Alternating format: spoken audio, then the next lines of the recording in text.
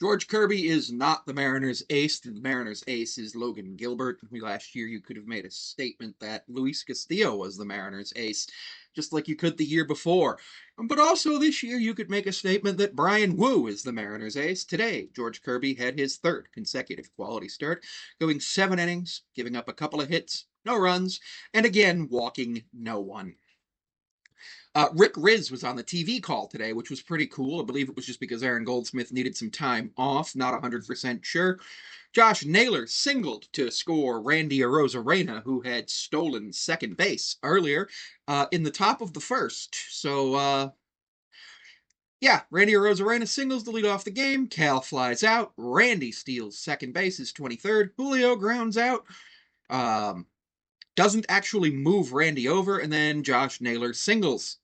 And then Gino strikes out. And then the Mariner, nothing really happens the rest of the game, as it's a pitching duel between Kirby and Kremer. Kirby went 7 innings, 3 hits, no runs, no walks, struck out 7. Kremer went 8 innings, 5 hits, 1 run, walked 1, struck out 6. And then Garcia came in for the top of the ninth, went 1 hit and nothing else. And the Mariners used Bizzardo for 2/3 of an inning, 1 hit, 1 strikeout. Spire for that last out of the eighth gets a hold. No significant statistics there. And then Andres Munoz for the 28th time this year, he gives up a hit and a walk. So there's the tying run, winning run on the base paths, and an insurance run at the plate, but it's the bottom of the ninth. So the Orioles would have won the game. And their last batter was Ryan Mountcastle. It was Andres Munoz comes in to face Jackson Holliday, who grounds out. Then Jordan Westberg strikes out. Then we walk Gunnar Henderson. Adley Rutschman ground ball. So between Gunnar Henderson and Ryan Mountcastle, there was a little bit of an injury delay. It looked like Munoz had some cramping. Cal came to do a mound visit, and he did not like what he saw, so they called over a trainer. Trainer came over and realized that Munoz was looking a little dehydrated, gave him some water.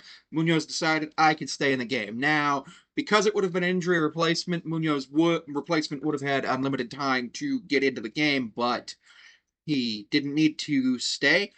So Munoz, 1 hit, 1 walk, 1 strikeout, lowers his season ERA to 1.34, gets his 28th save on the season. Every save he gets on the season actually gets him a new career high, as he came into this season with, I believe, a career high of 24. So he's 4 above his career high.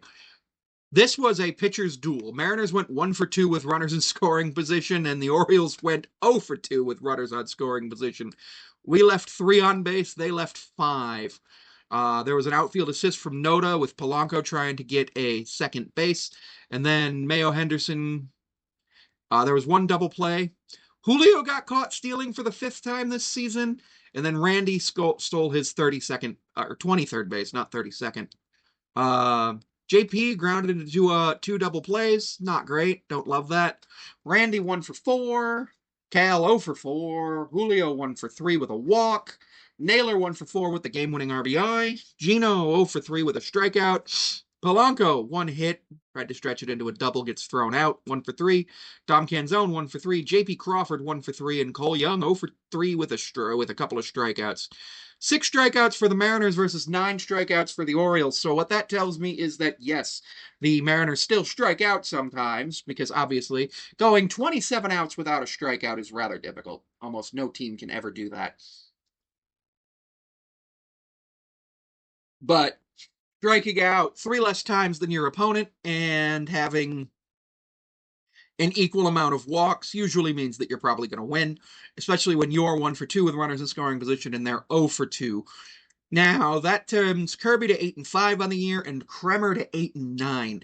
I thought this game was in no way going to be a pitcher's duel. Going into this game, I thought George was gonna go 6 or 7 innings and have something shut down like he actually did. But I did not think the Orioles pitching staff was gonna be able to shut down the Mariners offense like it did. But it did, and that does not necessarily bode well for the Mariners, as we've got 2 more games against them. But with our pitchers coming in and having the shutdown innings that they've had, a lot of good things can happen. So tomorrow it's Logan Bill Gilbert versus Trevor Rogers, who's 5-2 with a 1.44 ERA in 10 games this season, but he's 20-36 with a 4 ERA in 94 games.